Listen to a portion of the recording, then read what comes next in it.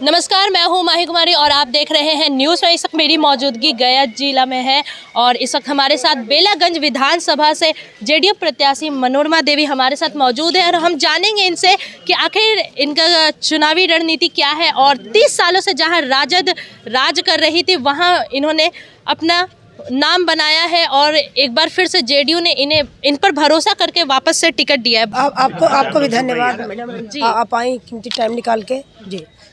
30 सालों से जहां राजद राज कर रही थी वहां पर अपने चुनाव लड़े और आप वहां पर आई हैं और इस बार वापस से जेडीयू ने आप पर भरोसा कर प्रत्याशी बनाया है, तो क्या कुछ कहना चाहेंगे हमारी जनता को?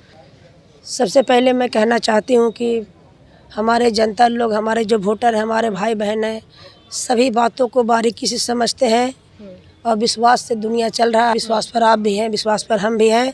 हम बहुत अच्छा काम किए। उपचुनाव में जो 9 महीना टाइम मिला, हम बहुत अच्छा काम किए हैं। जनता हमारी जान गई है कि विकास करने वाला, मान सम्मान करने वाला, सुरक्षा गारंटी देने वालों को वोट देना चाहिए, ताकि बीच बीच में जो काम लगता है तो बहुत तरह से उलझाने का लोग काम करते हैं, तो उसका सुरक्षा गारंटी कौन लगा? हमारी सरकार लेगी, हम लेंगे। जनता आप बता रहे कि भरोसा की है, तो हमारे जनता को मतलब हमारे दर्शकों को बताइए कि क्या कुछ आपके सामने चुनाव के वक्त चुनौतियां सामने आई हैं जिसको रही थी, उस लंका को तोड़ा है आपने? देखिए मैम, यही ना है कि उनका घमंड था कि मेरा सोना के लंका है। अच्छा। सोना के लंका भी जल गया। जो घमंड आदमी को नहीं होना चाहिए। हाँ। तो उनका घमंड था कि मेरा किला है। हाँ। मेरा लंका है, तो लंका तो जल गया। तो क्या क्या आपको चुनौतियों का सामना करना पड़ा इस दौरान, इस कार्यकाल के दौरान? नहीं, हमारा सब जो वोट देने वाले वोटर हैं, हमारे भाई बहन सब अच्छे हैं, बहुत अच्छा है। सम्मान दे रहे हैं। जहाँ भी मैं जाती हूँ सारे समाज के लोग, हिंदू मुस्लिम एक होकर के हमें सम्मान देते हैं। चुनौती कुछ नहीं है। चुनौती है कि विरोधी का जो भाषा है अभद्र तरीके का है, जो बोलते आए हैं, जो उनका आदत है बोलने का, वो हमें स्वीकार नहीं है। अब जमाना बदल गया है मैडम, अभी जनता को भी स्वीकार नहीं है। बेलागंज के लिए आपने क्या कुछ सोचा है, मतलब बेलागंज के विकास के लिए? कल नीतीश कुमार भी आए थे बेलागंज में और उन्होंने भाषण दिया और कई योजनाओं को बताया, तो आपने क्या सोचा है? बेलागंज को किस रूप से देखती हैं? जी निश्चित,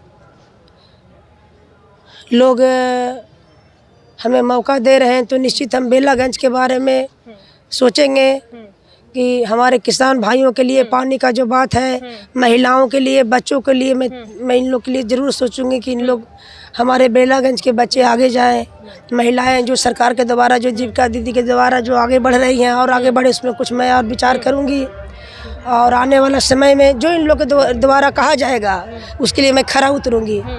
विपक्ष कह रही है कि ये अभी नीतीश कुमार का बस यूज किया जा रहा है, एनडीए दल बस यूज कर रहे हैं, उसके बाद चुनाव के बाद जेडीयू और नीतीश कुमार को बाहर फेंक दिया जाएगा, गठबंधन में उन्हें नहीं, और मुख्यमंत्री के चेहरे पे इस बार नीतीश कुमार नहीं होंगे। तो क्या कुछ लगता है कि क्या जेडीयू को सच में बाहर किया जा रहा है? देखिए मैम, ये बड़ा लीडर बोले हैं, उनका लीडर का मैं जवाब नहीं दे सकती है। उनका जवाब मेरे प्रवक्ता जो पटना में बैठे हुए हैं जेडीयू के, वो जवाब देंगे।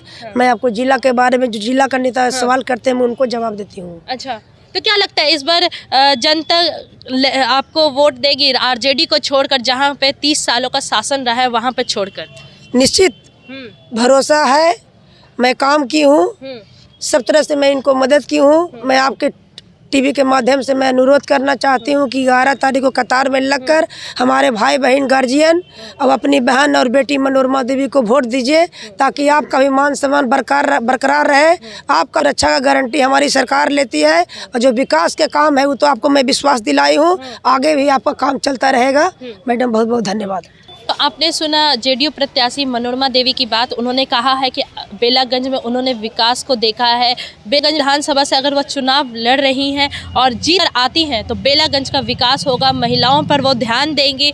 आपको बता दें, बिहार आगामी चुनाव का दूसरा चरण यानी 11 नवंबर को चुनाव होने जा रहा है और बेलागंज विधानसभा भी दूसरा चरण में आता है। और मनोरमा देवी आप देख सकते हैं इस वक्त वो बाहर गई हैं, क्षेत्र में जा रही हैं और इस वक्त मेरी मौजूदगी उनके आवास पर थी और उन्होंने विकास को लेकर, बेलागंज के विकास को लेकर बात कही है। और फिलहाल के लिए इतना ही। ऐसे ही तमाम खबरों के लिए जुड़े रहे न्यूज़ फ्रेम से। मैं माही कुमारी गया जी से।